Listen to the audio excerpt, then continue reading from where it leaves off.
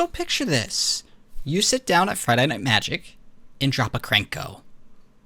Everyone knows what your deck does, and you become public enemy number 1. What if I told you we can change that? You just gotta get creative.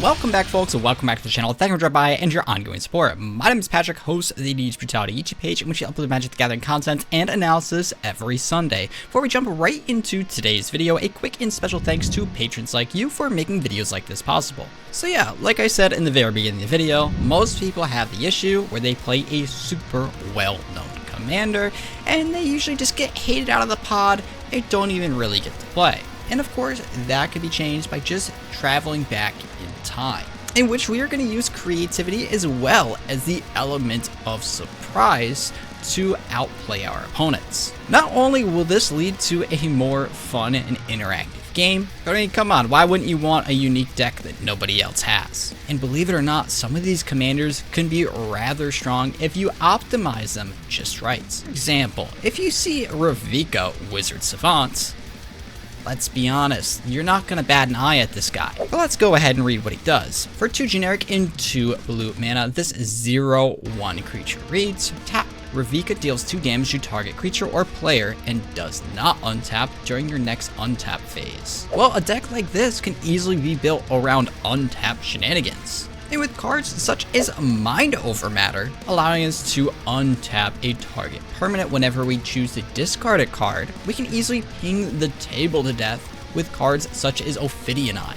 Or how about commanders such as Rith the Awakener, which is a 3 generic 1 red, green, and white 6/6 flyer that states, whenever Rith the Awakener deals combat damage to a player, you may pay 2 generic and 1 green mana. If you do, choose a color. Put a 1/1 green sapperling creature token into play for each permanent of that color. Which, of course, is a rather straightforward ability. But did you know you could break this with cards such as Painter's Servant? That's right, this 2 generic mana 1/3 artifact creature Scarecrow reads, as Painter's Servant enters the battlefield, choose a color. All cards that aren't on the battlefield, spells, and permanents are the chosen color in addition to their other colors. Which is absolutely bonkers, because this will also affect opponents and your own lands. Meaning, if you happen to get out Rith by turn 6, when turn 7 rolls around and you hit someone in the air for flying with them, if we include just the lands, our commander, as well as Painter's Servant, we're going to generate 30 1/1 green sapperling creature tokens. And of course, on the following turn, we're going to create double that amount. Yeah, these commanders might be old, but they can be broken if you build them properly. To give you more ideas, we've got Zerillion of the Claw, a 3 generic and 2 red mana 3/4 legendary creature lizard shaman that reads, pay 1 generic and 2 red mana, tap. Search your library for a dragon card and put it into play as though it were just played. Shuffle your library afterwards. That creature is unaffected by summoning sickness.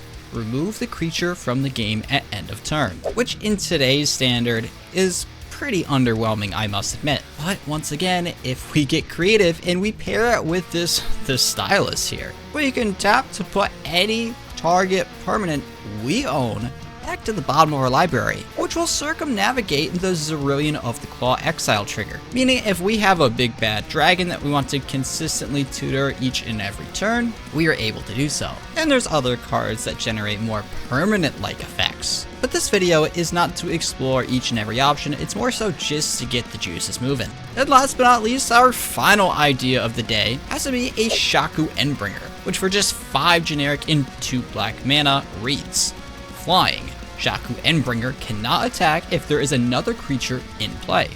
During your upkeep, lose 3 life. Tap. Remove target creature from the game and put a +1/+1 counter on Shaku.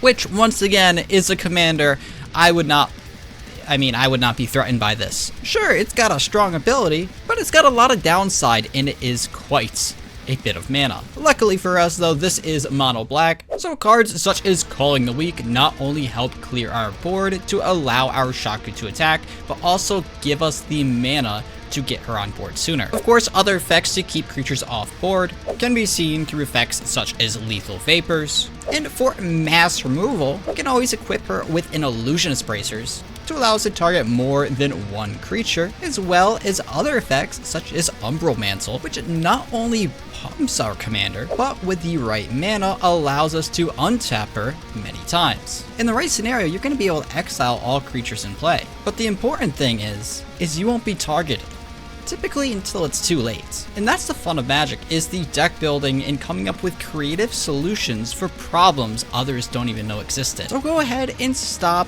playing the popular commanders. Choose something with a downside and fully lean into it. Or at least play something just people don't know about. Not only will you enjoy your games more, but it'll be a great experience for the entire playgroup. Well, depends what deck you choose to make, of course. So yeah, that's gonna do it for today's video, folks. I hope I was able to inspire you to make your own ideas. And if you do have any ideas in this video, I'd love to see what you could come up with. Stay tuned, however, because next week we do have a highly anticipated deck tech dropping on Sunday. So without further ado, if you want to stay tuned for future videos in the show, make sure you like, subscribe, and hit the bell down in the bottom right-hand corner of your screen. Somebody said, my name is Patrick, host of EDH Brutality. I thank you for watching and enjoyed. And I'll see you in the next video. Peace out, guys.